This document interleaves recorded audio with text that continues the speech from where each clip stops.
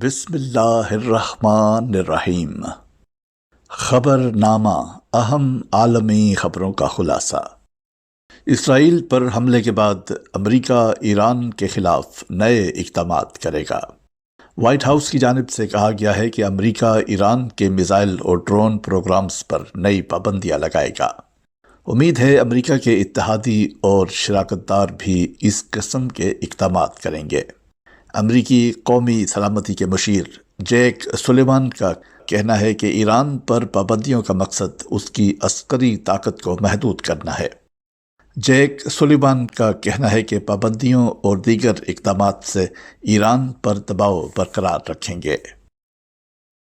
بھارت میں 19 اپریل سے شروع ہونے والے عام انتخابات 7 مراحل میں 1 جون تک ہوں گے۔ بھارت میں انتخابات کے نتائج کا اعلان 4 جون کو کیا جائے گا۔ سب سے اہم امیدوار موجودہ وزیر اعظم نریندر مودی کو قرار دیا جا رہا ہے، جبکہ حزب اختلاف کی سب سے بڑی جماعت کانگریس کا اہم چہرہ راہل گاندھی انتخابی میدان میں ہیں۔ اگر مودی کامیاب ہوئے تو مسلسل تیسری بار منتخب ہونے والے دوسرے بھارتی وزیر اعظم ہوں گے۔ اس سے قبل جواہر لال نہرو مسلسل 3 بار بھارت کے وزیر اعظم بنے تھے۔ دبئی میں رات سے جاری بارش کا سلسلہ تھم گیا۔ مختلف علاقوں سے نکاسی آب کا سلسلہ جاری ہے۔ گزشتہ روز متحدہ عرب امارات کی مختلف ریاستوں میں طوفانی بارشوں نے 75 سال کا ریکارڈ توڑ دیا۔ طوفانی بارشوں کی وجہ سے مختلف سیکشنز سے دبئی کے شیخ زاید روڈ کو بند کرنا پڑ گیا۔ ٹریفک جام سے چند کلومیٹر کا فاصلہ کئی گھنٹوں پر محیط ہو گیا۔ دنیا کی بلند ترین عمارت برج خلیفہ کے سامنے بھی پانی جمع ہو گیا۔ 25 منٹ تک دبئی ایئرپورٹ پر فلائٹ آپریشن بند رہا۔ حکومت نے عوام کو گھروں میں رہنے کی ہدایت کی ہے۔ دبئی کی سڑکوں پر صبح سویرے سے سناٹا ہے۔ حکومت کی ہدایت پر اسکولوں میں ریموٹ لرننگ، جبکہ دفاتر کے ملازمین کو گھروں سے کام کرنے کی ہدایات کی گئی ہیں۔ سڑکوں پر نکاسی آب کے لیے عملہ مصروف ہے، جبکہ ہلکی بارش کا سلسلہ وقفے وقفے سے جاری ہے۔ چین نے توقع کا اظہار کیا ہے کہ ایران حالیہ صورتحال کو اچھی طرح سنبھال لے گا اور خطے کو شورش میں نہیں ڈالے گا۔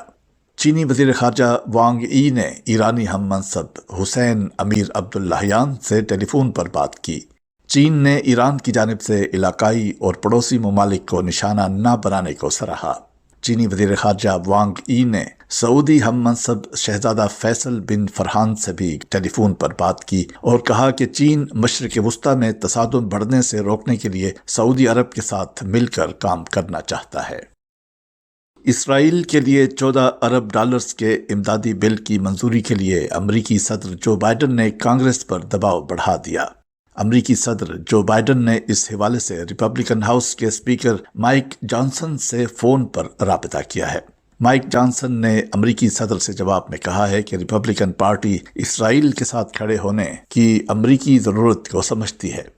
ریپبلکن ہاؤس کے اسپیکر کا یہ بھی کہنا ہے کہ رواں ہفتے امریکی اخراجات کے پیکج کو آگے بڑھانے کی کوشش کی جائے گی۔ امیر کویت نے شیخ احمد عبداللہ الاحمد الصباح کو کویت کا نیا وزیر اعظم مقرر کر دیا ہے۔ عرب میڈیا کے مطابق نئے وزیر اعظم کی تقرری کے بعد کابینہ کی تشکیل کا حکم جاری کیا گیا ہے۔